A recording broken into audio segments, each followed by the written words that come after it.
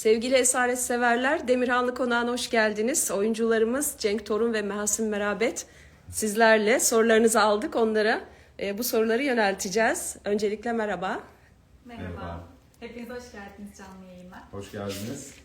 Evet, başlıyorum. Orhun ve Hira karakterlerini ilk okuduğunuzda neler hissettiniz demiş izleyiciler. Ben Buyurun. başlayayım. Başla. Neler hissettim? Aslında ben çok karakterden ziyade çok hikayeyi çok böyle bir değişik ve şey buldum. Yani değişik buldum. Çok güzel bir hikayeydi. Biraz zordu. Korkuttu beni. Karakter de korkuttu. Hira karakteri. Ama güzeldi böyle benim için. Zordu ama yapmaya çalıştım. Cenk Bey? Bir kere çok etkileyiciydi. Sıra dışıydı yani. En çok sıra dışı olması beni çekti açıkçası. Bir çölde başlayıp sonra İstanbul'a gelinmesi, çok farklı ortamlarda hikayenin yaşanması en cezbedici kısmıydı benim için. Evet, ilk tanışmadaki ilk izlenimleriniz ve duygularınız neler oldu? Ben başlayayım. Ben sonradan dahil oldum projeye. Yani sonlarına yaklaşırken artık.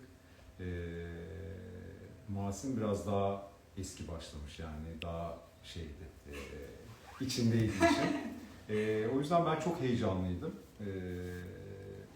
Direkt görüşmeye geldim ve o sırada herkes oturuyordu masada. Mahasin, Ayhan Hoca, Fatma Hanım, Nazlı Hanım, herkes oturuyordu. Çok kalabalıktı.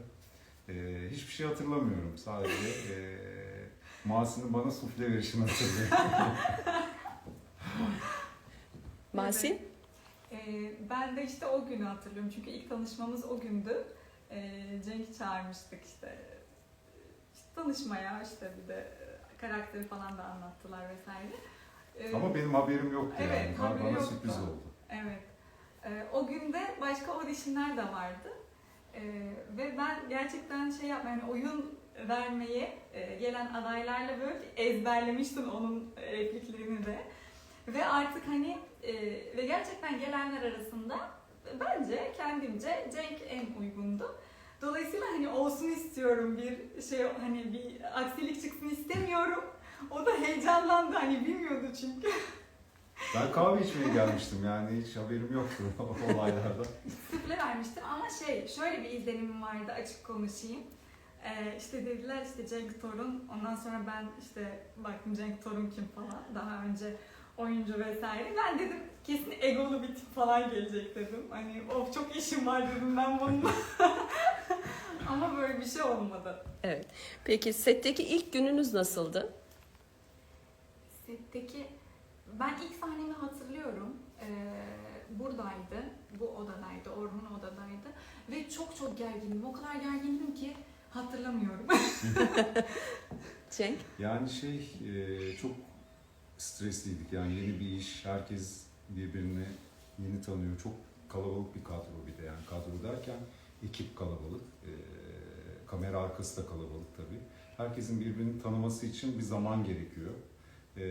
O yüzden böyle kolay sahnelerle başladık ki o bocalama sürecini hızlı atlatalım diye.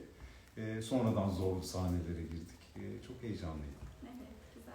Evet, Mahasin sana yönelik bir soru. Mahasin Hanım Türkiye'ye nasıl ve neden geldi? Oyunculuk serüveni nasıl başladı? Türkçeyi nasıl öğrendi? Zorlandı mı? Tamam. Şimdi ben özet geçmeye çalışacağım. Özet. Evet, kısa anlat. Kısa anlatayım.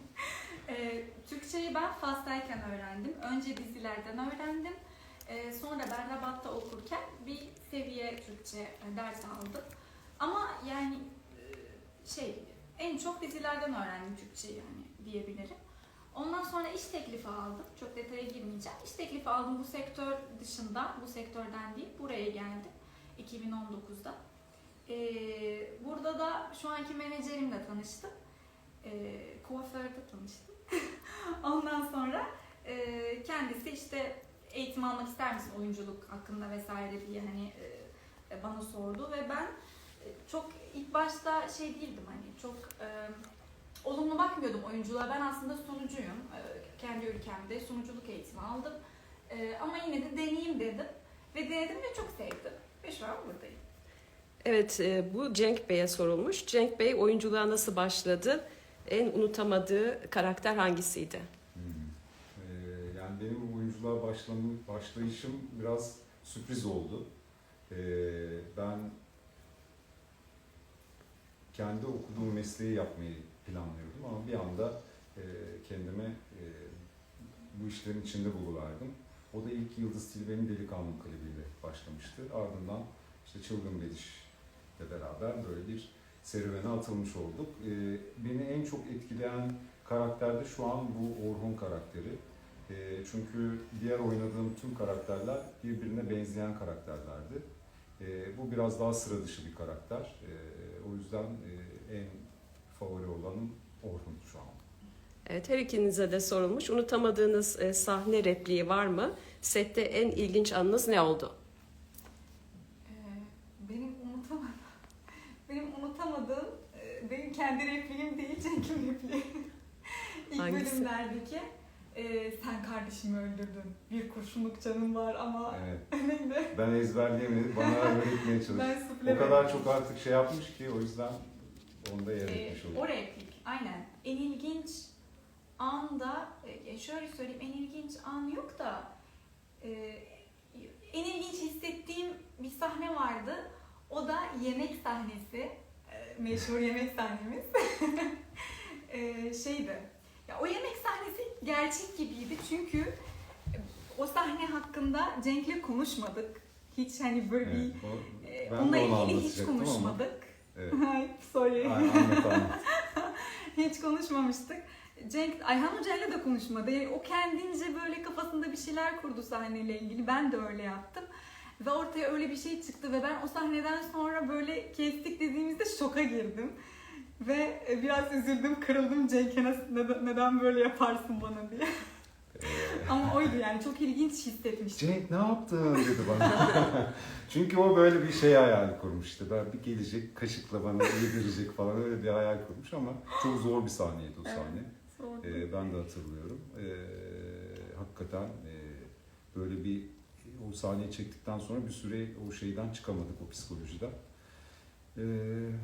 Benim de ilk hatırladığım replik Vedat karakteriyle konuştuğum replik. Çünkü ilk çektiğimiz plan oydu. Masa üstündeki topları bırakıyorum. En baştaki hareket etmezse en sondaki yerinden bile kıpırdamaz diyorum. Sen benim haberim olmadan bu şirkette nefes dahi alamazsın diyorum. Buydu karakter. Buydu replik. Hiç unutmuyorum onu ilk repliğim olduğu için. Sahne olarak da evet yemek sahnesi en çok bizi etkilemişti. Hakikaten bayağı bir uzun düşünmem gerekti sahneye başlamadan önce. Ne yapacağımı bilmiyordum çünkü. Sonuç itibariyle normal hayatımızda biz böyle insanlar değiliz. Ama böyle karakterler de var maalesef. Böyle Peki, insanlar da var. Bağlayalım o zaman. Dizide oynadığınız karakterlerle ortak yanınız var mı? Senin Orhun'la ortak yanın var mı? Orhun böyle biraz çok çabuk sinirlenip sonra çok çabuk yumuşayan bir karakter. Bazen ben de öyle olabiliyorum. Çabuk sinirleniyorum, çok çabuk sinirleniyorum. Ama bunun dışında çok fazla benzer noktamız yok Orhun'la. Benim benzer var mı Hira'yla sence? Senin Hira'yla... Var mı Mahsin senin? Geçen röportajda da yardımsever herhalde. Ben de çok severim hani insanlara ne bileyim bir ihtiyacı olan birine Var, evet. yardım etmeyi. O kadar bence. İyi niyetliler ikisi Aa, de. evet olabilir. Teşekkür ederim.